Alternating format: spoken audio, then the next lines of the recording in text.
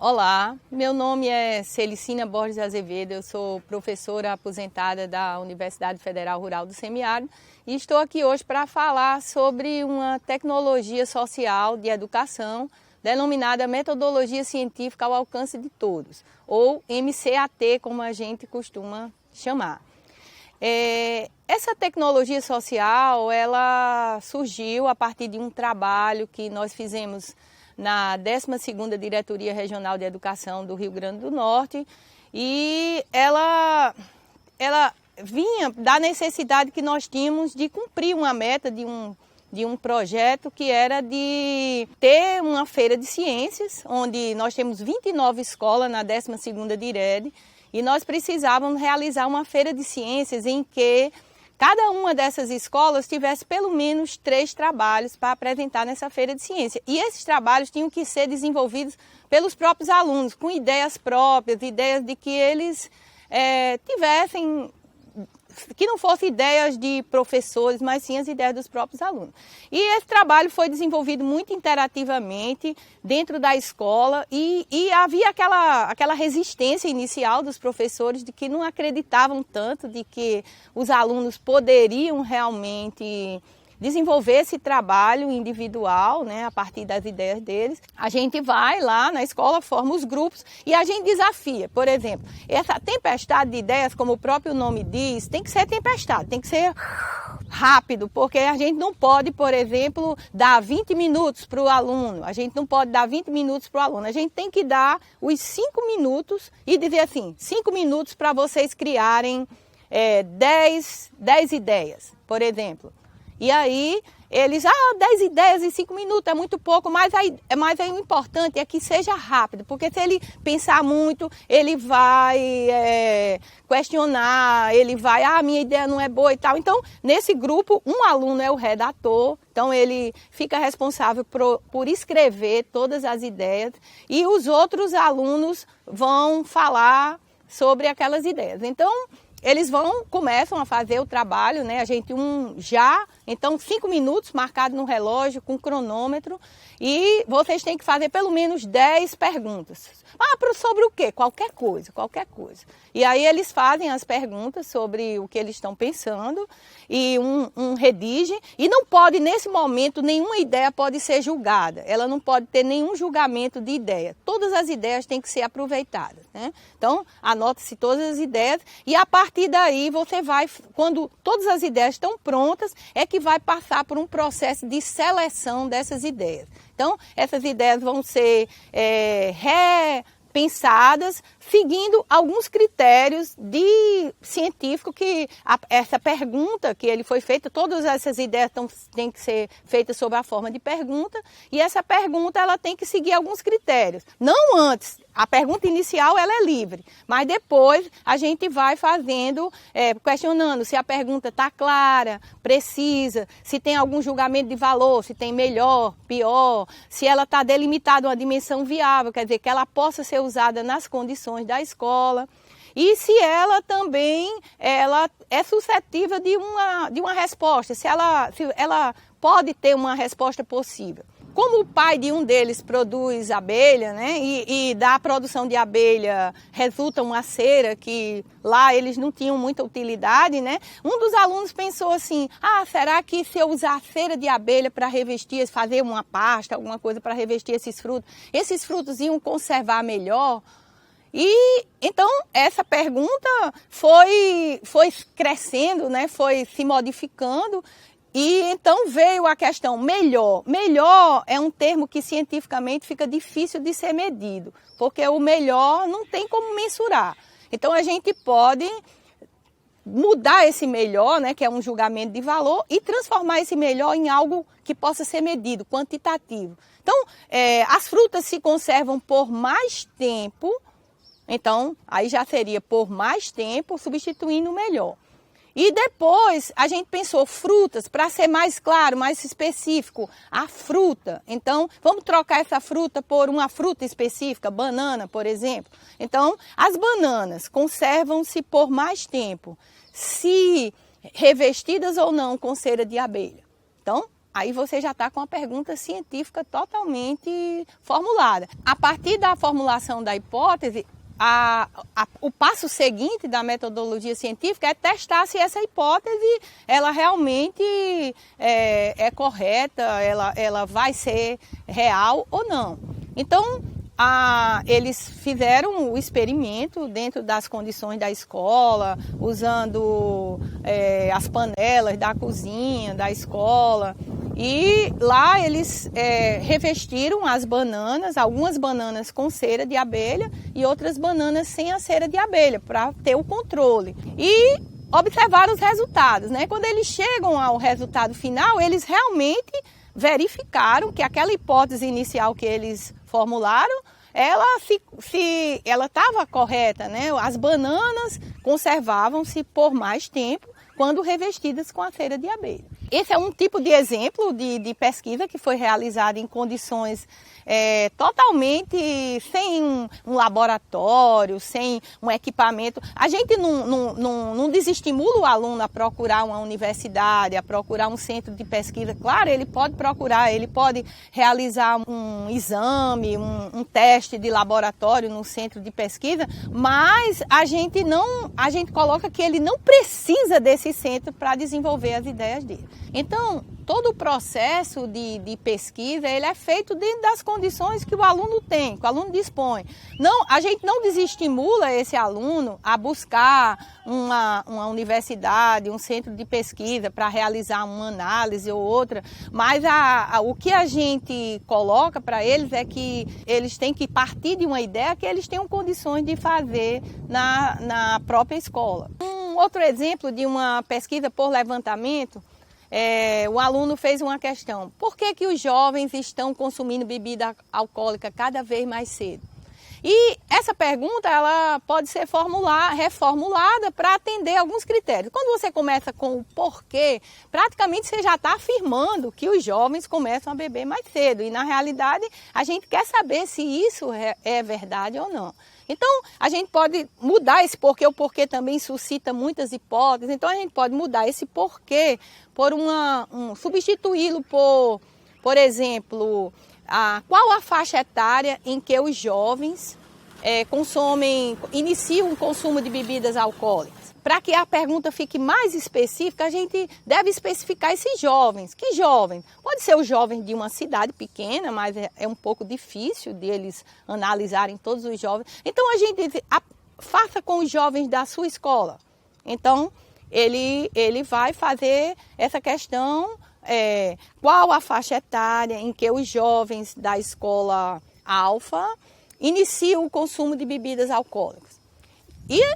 Então, a gente também estimula para que eles formulem uma hipótese e eles podem formular essa hipótese, por exemplo, que os jovens iniciam o consumo de bebida alcoólica a partir da faixa etária dos 12 aos 14 anos, por exemplo. Seria uma hipótese que eles vão testar.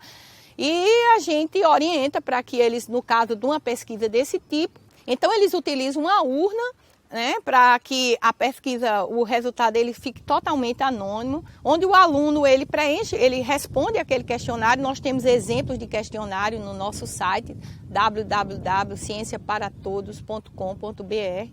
Então eles pegam esse questionário, aplicam, o aluno responde, coloca a resposta dentro de uma urna, como aquelas urnas antigas de eleição, coloca a resposta dentro da urna e aí ele vai ter a garantia de que ninguém vai saber qual foi a resposta individual dele, né? No final, quando todos já responderam, ele tem uma resposta coletiva, que isso dá o caráter anônimo a esse questionário. Então, o que é que vai acontecer? O aluno, ele vai ter a oportunidade de realizar todo o processo da pesquisa, a pergunta, a hipótese, o levantamento dos dados. Ele vai ter a ajuda de vários professores, né, de uma interação de várias disciplinas, né, e ele vai, a partir de uma ideia que ele teve original, ele vai conseguir seguir toda uma linha de raciocínio até chegar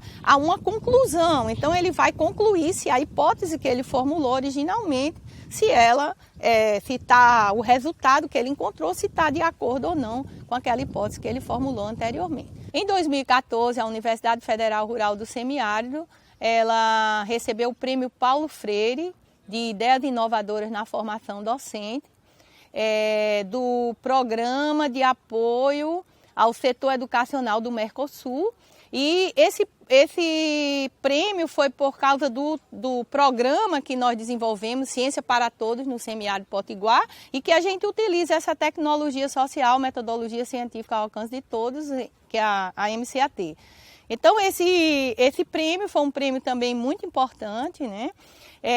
Embora a gente sempre, eu pelo menos sempre coloco para os meus colegas que prêmio não é a finalidade desse programa. A finalidade desse programa é estimular os alunos de ensino médio o interesse pela ciência, especialmente os alunos de escola pública. Então, o prêmio é bem-vindo, lógico, né? Quanto o prêmio ele atrai, ele traz interesse, divulga nosso trabalho, né? Então, nós tivemos vários prêmios, né? Além desse prêmio pela metodologia em si, nossos alunos foram bastante premiados. Nós tivemos, em 2012, os alunos foram premiados numa feira no Equador. Eles tiveram o primeiro lugar internacional, jovens de uma pequena cidade do interior do Rio Grande do Norte, de Umarizal. Em 2013, esses alunos que eu citei aí da Feira de Abelha, eles são de uma comunidade rural de Apodi. Então, em 2013, jovens de uma pequena comunidade rural do município de Apodi, eles, com esse trabalho sobre o revestimento de frutos com cera de abelha, eles tiveram um prêmio na Feira Brasileira de Ciência e Engenharia, FEBRAS, que se realiza anualmente em São Paulo. Eles tiveram o primeiro lugar em Ciências Agrárias e também o primeiro lugar em empreendedorismo. Esses meninos chegaram aí ao Caldeirão do Huck apresentar o trabalho deles e também foram premiados, tiraram 10 em todos os avaliadores do programa, né? Um outro prêmio muito importante que nossos alunos receberam foi agora nesse ano de 2015, jovens de uma pequena comunidade aqui, um município de cerca de 7.000 habitantes. Eles receberam um prêmio que para nós foi muito importante, primeiro lugar em Ciências Sociais, na Feira Brasileira de Ciência e Engenharia, FEBRAS, em São Paulo. Esses jovens, eles são de uma pequena cidade, um município com cerca de 7.000 habitantes, aqui no interior do Rio Grande do Norte, e eles desenvolveram uma ideia na área de Ciências Sociais que foi, assim, incrível, e eles vão participar, como prêmio da FEBRAS, eles vão participar de uma feira internacional nos Estados Unidos em 2016. Eles vão apresentar o trabalho deles nessa feira. Então, são vários prêmios que a gente tem ganho, né? Os nossos alunos têm ganho, que divulgam o nosso trabalho e que fazem com que mais jovens despertem o interesse para participar desse programa. Então, todos os nossos contatos estão no site, né, www.cienciaparatodos.com.br. Desse trabalho, nós chegamos à conclusão que realmente a metodologia científica ela está ao alcance de todos. Qualquer aluno pode vir de uma comunidade rural, pode vir de uma escola pública, pode vir de um pequeno município, de uma escola sem laboratório, de uma escola sem estrutura, mas ele é apto a compreender o método científico e a trabalhar de acordo com essa metodologia científica. A partir dessa experiência que nós estamos desenvolvendo com as escolas, tanto com alunos de ensino médio, como também a partir do ano passado nós passamos a trabalhar com alunos de ensino fundamental pela Prefeitura de Mossoró, e nós chegamos à conclusão de que realmente a metodologia científica ela está ao alcance de todos.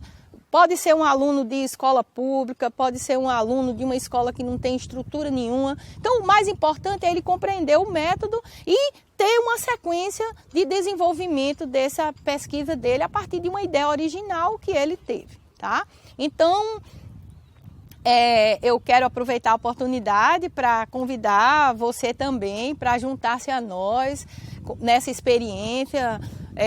Nós temos vários materiais que nós trabalhamos, nós temos o livro Metodologia Científica ao Alcance de Todos, que já está na 3ª edição, editado pela editora Manolo de São Paulo. Nós temos um gibi que nós procuramos desenvolver ainda de uma forma mais lúdica, mais interativa. Nós temos um gibi onde toda essa sequência da metodologia científica ela está toda apresentada de uma forma super clara, super simples. Esse gibi também está disponível no nosso site www.cienciaparatodos.com.br. Então, tem também o livro do professor Felipe Ribeiro, que é um colega que já foi também coordenador desse programa Ciência para Todos no Semiárido Potiguar, hoje é o pró-reitor de extensão da UFESA, e ele escreveu esse livro Como Organizar uma Feira de Ciência, que vai ter um suporte inestimável tanto para as escolas como para as secretarias de educação, que podem utilizar esse livro para organizar suas feiras de ciência. Então, nós observamos que, à medida em que mais escolas realizam a feira de ciência, a qualidade e a quantidade dos trabalhos que são apresentados nas feiras regionais, na feira do semiárido, ela cresce tanto em qualidade como em quantidade. Então, aquela primeira experiência de realizar a feira da escola, ela é importantíssima para os alunos. Então, um estímulo especial à realização da feira de ciências na escola. Então, eu queria aproveitar também a oportunidade. Então, eu queria aproveitar a oportunidade, né, para convidar vocês, né, para juntar-se a nós aqui no programa Ciência para Todos no Semiárido Potiguar. E por exemplo, participar editando um gibi para entregar numa escola. Então, uma empresa que queira patrocinar a edição de um gibi, colocar a logomarca dela para divulgar esse trabalho, que mais alunos tenham oportunidade de aprender com esse programa, né? E estimular esse desenvolvimento do questionamento, da inovação, que é tão importante para o desenvolvimento do nosso Brasil. Então, muito obrigada pela oportunidade.